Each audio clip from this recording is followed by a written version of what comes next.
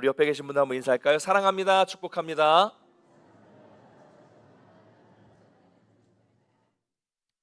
네, 계속해서 우리가 창세기 1장을 묵상하고 있습니다. 제가 이제 1장을 보면서 말씀드리고 싶은 것은 지금 우리가 여기 계신 분들이 대부분 창조에 대해서 기본적으로 믿고 있다는 사실 자체가 이게 저는 참 신기하다는 생각이 들어요. 물론 우리 중에도 여전히 창조나 부활에 대해서 잘 믿지 못하겠다 하고 계시는 분도 계실 겁니다. 그럴 수 있어요. 저도 어릴 때부터 모태신앙으로 교회를 다니다 보니까 이 자연스럽게 믿어진 거지. 네, 그렇죠. 근데 또 자라오는 과정 속에는 의심이 되고 믿어지지 않는 경우도 있었어요. 그리고 어떻게 보면 오히려 이걸 쉽게 믿지 못하는 것이 더 정상이다라고 말씀을 드릴 수도 있습니다. 왜냐하면 대부분 많은 분들이 신앙생활을 안 하시는 이유가 뭐냐? 대부분 창조, 부활을 믿지 못하기 때문에 이 교회 안으로 들어오시지 못하는 분들이 많기 때문에 그렇습니다. 근데 우리는 어떻습니까? 대부분 그걸 믿고 계시잖아요. 그래서 다 믿고 있기 때문에 믿음이 생겨서 이 자리에 앉아서 어떻게 보면 세상 사람들이 볼 때 말도 안 되는 소리를 오늘도 여러분은 듣고 계시는 겁니다. 사랑하는 성도 여러분, 이게 뭐예요? 이것이 바로 하나님이 저와 여러분에게 주신 기적이라는 것을 믿으시길 바랍니다. 기적이에요. 창조가 믿어지는 거 기적입니다. 이것이 믿어지고 우리 인생이 바뀌고 우리의 신앙이 깊어진다는 것, 이거 자체가 큰 기적입니다. 그러니까 여러분 뭐 어디 가서 뭐 어떤 기적을 보여달라 이런 말씀 하지 마십시오. 여러분이 또 제가 바로 기적이라는 증거입니다. 할렐루야. 오늘은 이제 창조 중에서 마지막 인간의 창조, 아주 중요합니다. 인간의 창조에 대해서 말씀하고 있는데요. 근데 오늘 말씀을 처음부터 보면 중요한 점이 하나 나오고 있습니다. 그게 뭐냐면 하나님이 인간을 창조하시기 위해서는 먼저 대화를 하셨다라는 말씀이 나타나고 있습니다. 이게 중요해요. 그러니까 다른 피조물들을 만드실 때와는 다르게 하나님이 서로 대화하셔서 우리가 우리의 형상을 따라 우리의 모양대로 사람을 만들자라고 하시면서 만든 존재가 바로 우리 인간이라는 겁니다. 그러니까 이 말은 인간은 가장 특별한 존재고 인간은 다른 피조물과 구별되는 존재고 가장 존귀한 존재라는 것입니다. 피조물들과 달라요. 완전히 다릅니다. 인간에게만 하나님의 형상이 있습니다. 근데 우리는 종종 이 사실을 잊고 사는 것 같아요. 인간이 독특하고 특별하다는 것을 잊어버리고 사는 것 같습니다. 우리가 이 말씀을 하나씩 살펴볼 텐데요.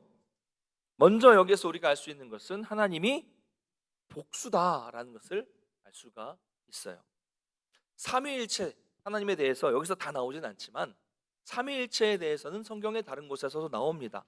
그런데 우리가 오늘 말씀을 통해서 알 수 있는 사실은 뭐냐면 하나님은 복수라는 점입니다. 각각 독립된 세 분으로 존재하시는데 또 한 분이라는 말이에요. 말이 안 되죠? 네.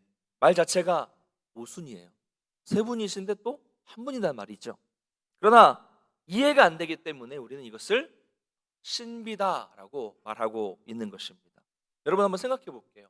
우리 인간도 어떻습니까? 우리 인간은 어떻게 구성되어 있어요? 영혼과 육체로 구성이 되어 있습니다. 근데 여러분 설명이 될지 한번 설명을 해보세요. 어떻게 한 사람 안에 내 영혼이 들어가 있고 내 육체가 들어가 있어서 나라는 한 인간으로 존재하고 있는지 여러분 이거 설명하실 수 있어요? 내 영혼이 어디 있습니까? 내 영혼과 육체가 어떻게 결합이 돼서 나라는 사람이 됐습니까? 설명하기가 어렵습니다. 아니 불가능합니다. 내가 영혼이 있고 육체가 있다는 것을 알기는 아는데 어떻게 그게 나 한 사람으로 구성이 되어 있는지는 설명할 수가 없습니다. 여러분 우리에게는 이런 영역이 많습니다. 하나님에 관한 부분도 그래요.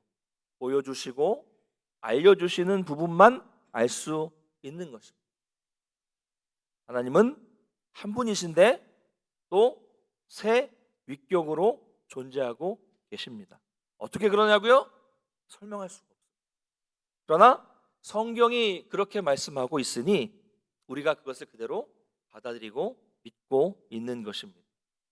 그것밖에 우리가 저도 말씀드릴 수 없어요. 그러나 신앙생활 하다 보니까 우리는 아주 분명하게 성부 하나님을 만나게 돼요. 또 성자 예수님을 만나게 되고, 우리가 말씀을 들을 때 신앙생활 하다 보면 이 성령께서 조명해 주셔서 말씀을 깨닫게 해주시는 그 성령 하나님을 분명하게 만나게 되는 것을 통해서 우리는 이것을 알게 되는 것입니다. 자, 이렇게 이 삼위 하나님은 인간을 만드실 때 의논하셨다는 거예요. 의논하셔서 우리의 형상을 따라 우리의 모양대로 인간을 창조하셨습니다. 여기 나오는 형상, 모양, 이런 것도 단어가 참 어렵습니다.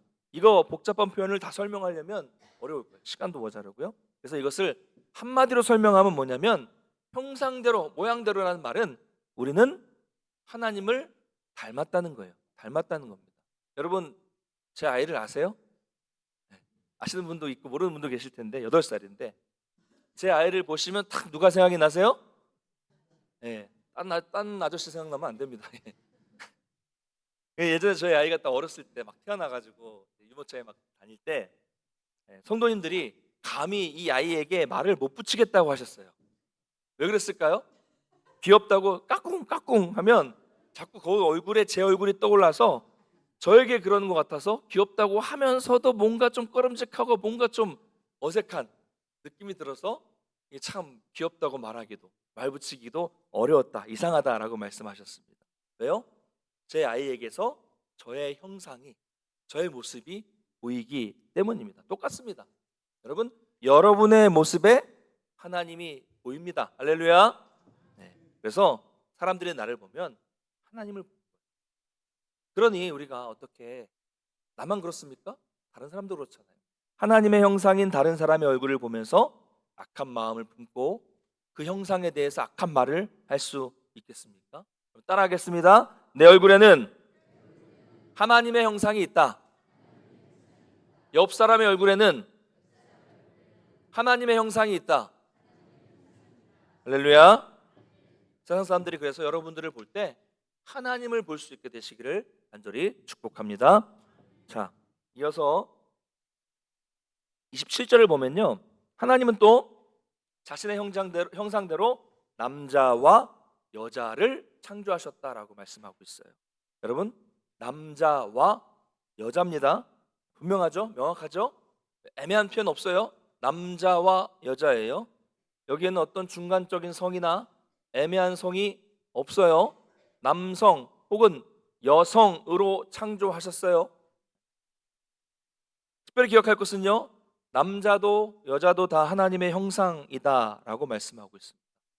남자만 하나님의 형상이고 여자는 하나님의 형상이 아니다, 이런 말씀이 성경에 없습니다. 이미 창조부터 하나님은 똑같이 하나님의 형상으로 남자도 여자도 창조하셨어요. 이런 종교가 어디 있어요? 성경은 처음부터, 창조 때부터 남녀가 평등하게 똑같이 창조하셨다고 말씀하고 있습니다. 그런데 사람들은 둘 다, 남자도 여자도 다 똑같은 하나님의 형상이라는 것을 모르니까 남녀를 차별하게 된 겁니다. 차별하게 됐어요. 세계적으로 여자들 무시하고 차별했고, 우리나라도 그런 역사가 오래고 깊습니다. 모르겠어요. 아직도 여러분 그런 분 계십니까? 남녀 차별 아직도 있습니까? 있어요. 네. 또 예전에요, 속담이 있었어요. 속담. 이런 속담이 이게 속담이더라고요. 그리고 얼마 전까지도 이런 말씀들을 하시는 분들을 봤습니다. 여러분 들어보셨나요? 여자와 북어는 3일에 한 번씩 해야 한다. 이게 말이 됩니까, 이게? 얼마 전까지만 해도 이거요. 이런 말 하면서 막 웃고 막 떠들고 농담하고 즐기던 그런 시대가 있었습니다.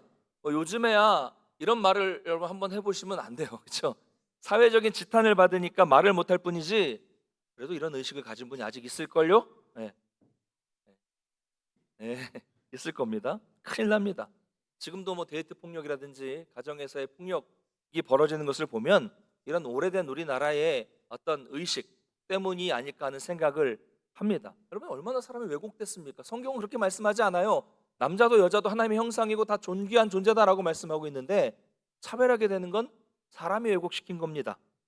사랑하는 성도 여러분, 우리는 하나님의 형상이에요. 특별해요. 짐승과 달라요. 그런데 자꾸 우리 인간을 짐승인 것처럼 생각하고 말하면 안 됩니다. 멀쩡하게 옷 입고 멀쩡하게 사는 것 같아도 여러분, 짐승같이 사는 사람들이 얼마나 많습니까? 계속 말씀드리지만 자꾸 우리 존재를 짐승인 것처럼, 마치 원숭이가 변화돼서, 원숭이가 진화돼서 그 짐승인 것처럼, 우리가 원숭이였던 것처럼 낮춰서는 안 돼요. 제가 창세기 강의할 때마다 계속 원숭이가 나오는데 개인적으로 원숭이에게 미안하고, 원숭이가 무슨 죄입니까?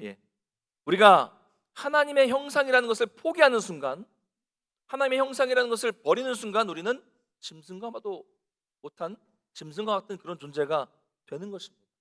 완전히 다르죠. 완전히 다른 겁니다. 우리는 하나님이 세우신 질서를 지켜야 됩니다. 여러분, 다시 한번 생각해 보겠습니다. 이 하나님의 형상으로 창조된 인간이 다른 피조물과 차이가 없다면, 다시 말해서 다른 짐승과 차이가 없다면, 다시 말해서 짐승이 변해서 인간이 된 것이라고 한다면 여러분, 어떻게 될까요? 어떻게 되겠습니까? 인간의 목숨이나 짐승의 목숨이나 어때요? 똑같은 거예요. 그렇죠? 차이가 없다면 똑같은 겁니다. 그렇잖아요. 차이가 없다면 짐승을 죽이는 것과 인간을 죽이는 것이 뭐가 다르겠습니까? 그러니까 나치의 유대인 학살 같은 일, 캄보디아의 킬링필드 같은 일들이 벌어지게 되는 거예요. 존귀한 하나님의 형상이라고 생각하지 않으니까 그냥 짐승을 죽이는 것처럼 죽이게 되는 것이죠. 얼마나 끔찍한 일입니까? 여러분, 성경은 인간이 하나님의 형상으로 지어졌다고 분명히 말씀하고 있습니다. 하나님의 형상은 인간에게만 주셨습니다. 바로 이것이 인간과 짐승의 가장 큰 차이예요. 인간은 그냥 우연히 발생한 존재가 아닙니다. 단세포에서 진화를 거치고 적자 생존을 통해서 우월한 유전자가 계속 발전을 해서 진화하고 결국 원숭이가 진화해서 인간이 된 것이 아닙니다. 하나님의 형상이 없는 짐승이 하나님의 형상의 인간이 될 수 없다니까요. 완전히 다르다니까. 완전히 다른 존재라니까요. 오직 인간에게만 하나님의 형상이 있습니다. 그리고 우리는 그 하나님의 모습을 반사하고 있는 사람들입니다. 그래서 인간을 깊이 알면 하나님을 알 수 있는 것이고, 하나님을 깊이 알면 또 인간을 알 수 있는 것입니다. 그러나 우리는 지금 죄가 있어요.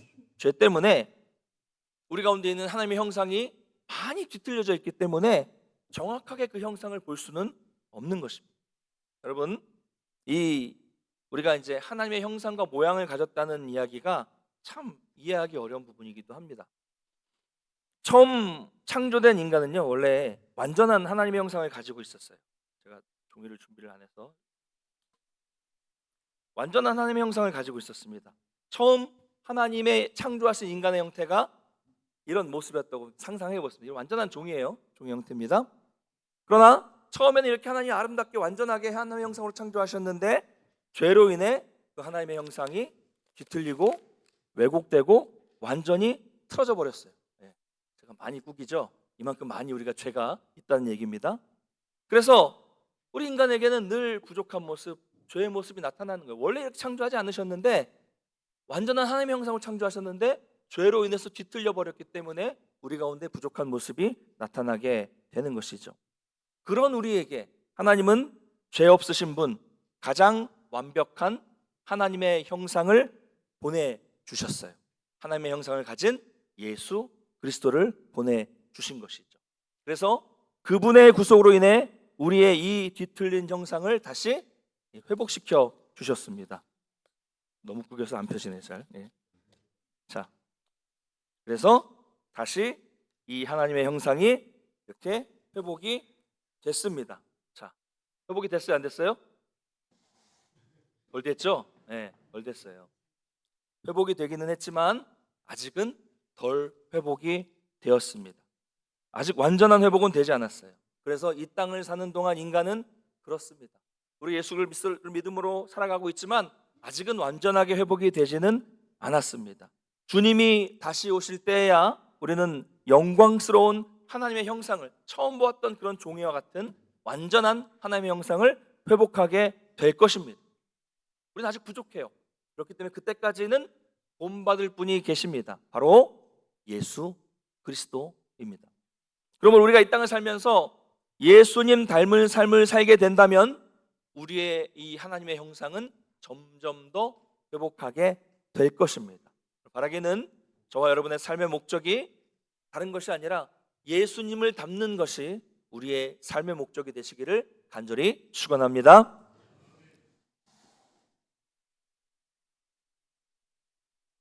여러분 요즘에 보면요, 이 개나 고양이를 키우는 문화, 즉 반려 문화가 예전과는 정말 많이 달라졌어요.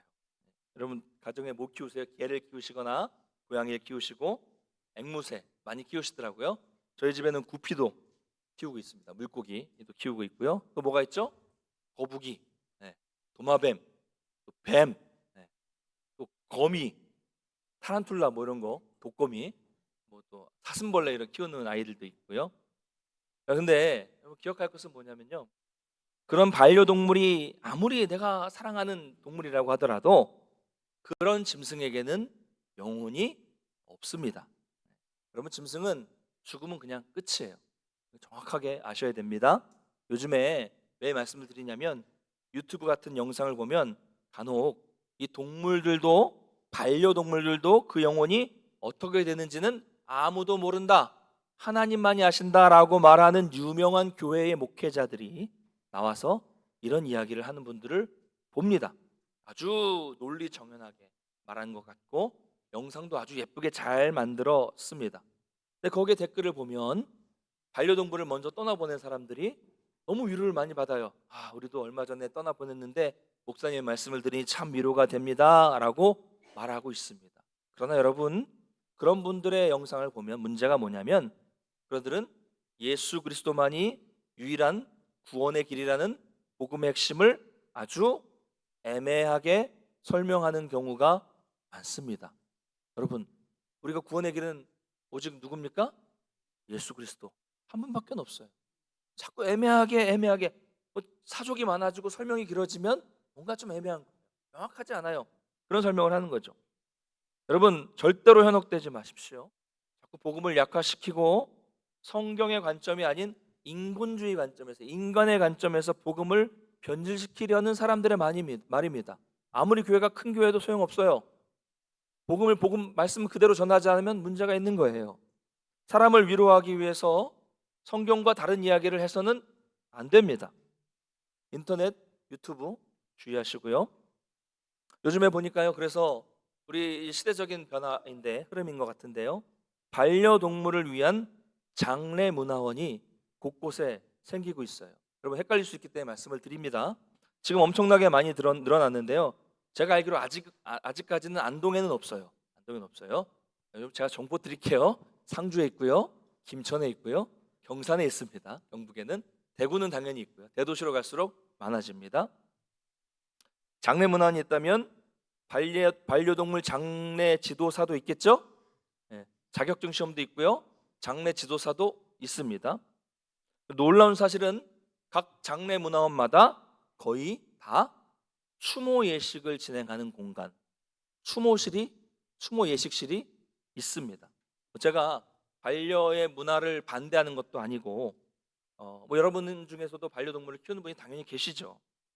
이런 이야기를 하면 저를 여러분들이 무식한 사람이다라고 말씀하실지는 모르겠지만 여러분 제발 이러지 마십시오. 해피야 엄마한테 와 이러지 좀 마세요. 제가 헷갈려. 개엄마예요? 개엄마? 개를 낳으셨어요? 아니 이해는 되지만 여러분 기분 나쁘게 들릴 수도 있겠지만 아닌 건 아니에요. 그건 아니잖아요. 예. 엄마는 아니잖아요. 아빠는 아니잖아요. 예. 지금 분명히 말씀드립니다. 반려동물이 죽으면 분명히 뭐 사랑하는 우리가 뭐 몇 년 동안 키웠던 동물이니까 이별의 슬픔이 있어요. 예. 저도 구피가 죽으니까 슬프더라고요. 지금 저희 집에는 구피가 암컷만 6마리 남았습니다. 수컷이 다 죽어서 더 이상 새끼를 낳을 수가 없어요. 곧 죽겠죠. 새로 수컷을 사다 넣지 않으면. 뭐 강아지, 고양이 얼마나 슬프겠어요. 그런데 만약에 여러분의 집에 있는 반려동물이 먼저 세상을 떠났다고 해서 저에게 연락하셔서 그 강아지의 입간 예배를 드려달라고 하시거나 고양이의 발인 예배를 드려달라고 하시거나 앵무새를 위한 위로 예배를 드려달라고 절대로 연락하지 마십시오. 실제로 반려동물 장례식장에 추모 예식실이 있다는 말은 종교별로 예식을 진행할 수 있도록, 예배를 진행할 수 있도록 해놨다는 거고요. 그런 사람이 있다는 이야기입니다. 처음 들어보시는지 모르겠지만 제가 아직까지는 제가 못 들은 거 있을 수 있어요. 제가 못 들었겠지만 기독교 예배를 드렸다는 이야기는 들어본 적은 없지만 불교 예식을 진행하는 것은 들어본 적은 있습니다. 마하반야 이러면서 막 이렇게 하면서 그 막 이렇게 그 강아지의 영혼을 극락왕생을 위해서 빌어주는 뭐 이런 하는 거죠. 또 서울의 대형교회 목사님들이 종종 성도들의 예배 요청을 듣는다는 이야기를 벌써 10년 전에 서울의 대형교회 목사님들은 뭐 이제 그런 동네에는 더 이렇게 가족들이 없으니까 어르신들이 이 유일한 낙이거든요. 가족들은 다 다른 지역에 뭐 해외에 나가 있고 혼자 이 동물 키우며 사는데 그 동물이 죽으니 얼마나 슬프겠어요. 그래서 좀 예배 좀 드려줄 수 없냐 뭐 이렇게 연락을 했다는 얘기를 많이 들었는데 우리 담임 목사님이 절대로 가면 안 된다고 막 하셔서 그런 얘기도 이미 10년 전에 이런 이야기가 있었습니다. 참 세상이 어떻게 되어가고 있는지 모르겠습니다. 그래서 제가 설교를 준비하면서 몇 군데 유명한 장례문화원을 홈페이지를 들어가 봤는데요. 꾸며놓은 걸 보면요, 우리 안동 장사문화원 저리 가라요. 잘 꾸며놨습니다. 네.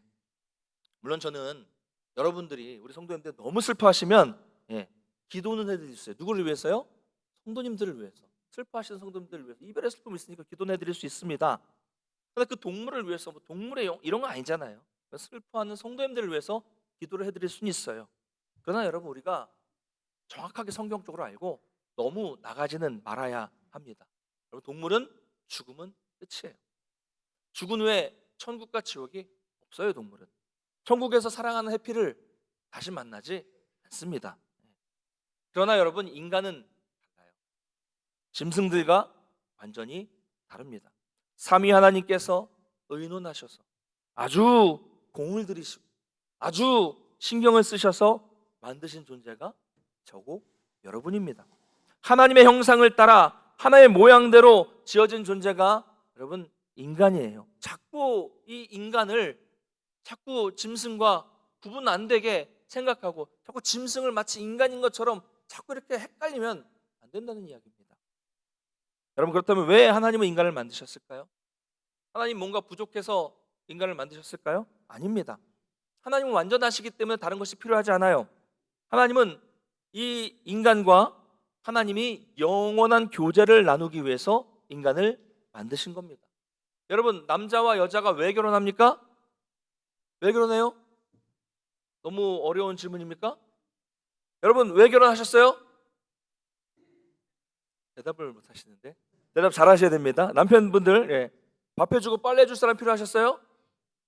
아니면 좀 자식을 낳아줄 나 닮은 아들을 낳아줄 사람이 필요했습니까? 우리 아내분들 보호해줄 사람이 필요했습니까? 따박따박 이렇게 생활비 안겨줄 사람이 필요하셨습니까? 아니죠. 이용하거나 필요해서 결혼한 것이 아니라 사랑하니까 결혼한 것입니다. 한 분 아멘 하셨어요. 대답을 잘 못하신 거 보니까 오늘 댁에 가서 한 소식 들으실 것 같은데 마찬가지입니다. 여러분 하나님은요 뭔가 이용하고 뭔가 필요해서가 아니라 영원한 교제를 하기 위해서 사람을 창조하신 것입니다. 그리고 하나님은 인간을 창조하시고 뭐라고 말씀하십니까? 다스리도록 하셨어요. 28절 한번 읽겠습니다. 28절 시작. 하나님이 그들에게 복을 주시며 하나님이 그들에게 이르시되 생육하고 번성하여 땅에 충만하라. 땅을 정복하라. 바다의 물고기와 하늘의 새와 땅에 움직이는 모든 생물을 다스리라 하시니라. 이것을 문화명령이라고도 합니다. 생육하고 또 번성하여 땅에 충만하라. 땅을 정복하라.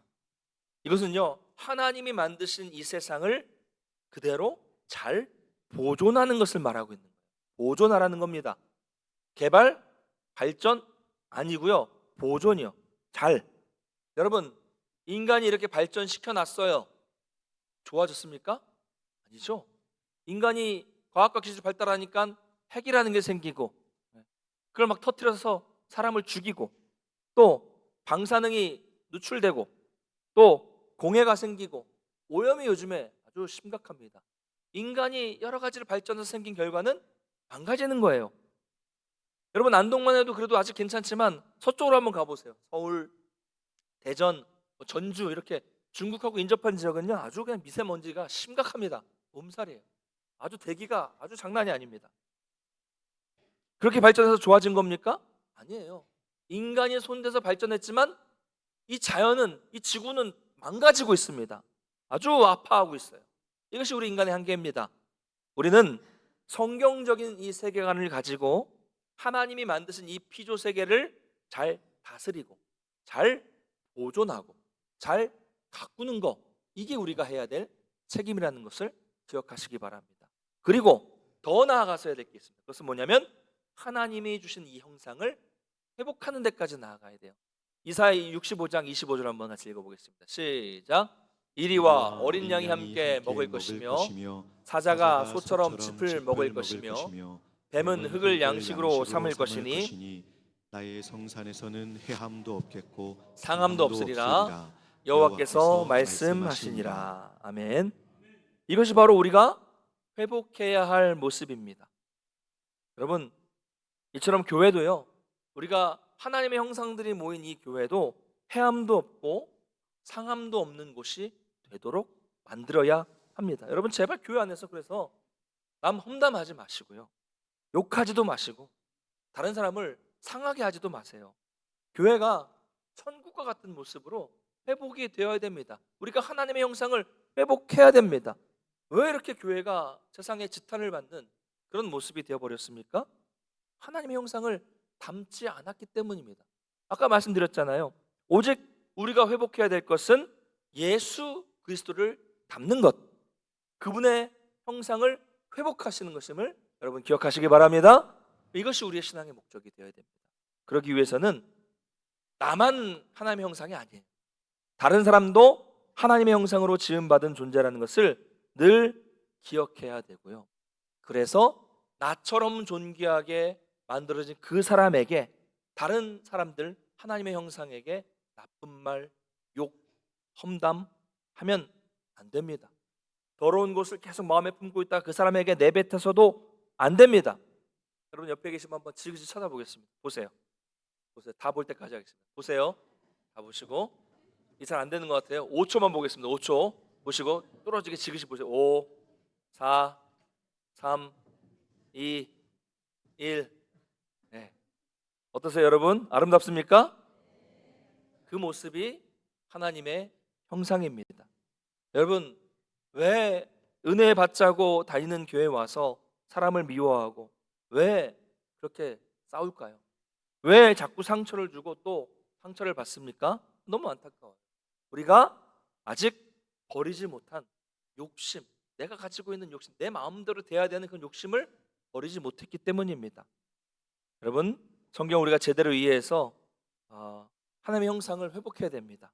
하나님의 형상을 회복하는 것이 저와 여러분의 삶의 목적이 되시기를 간절히 소망합니다.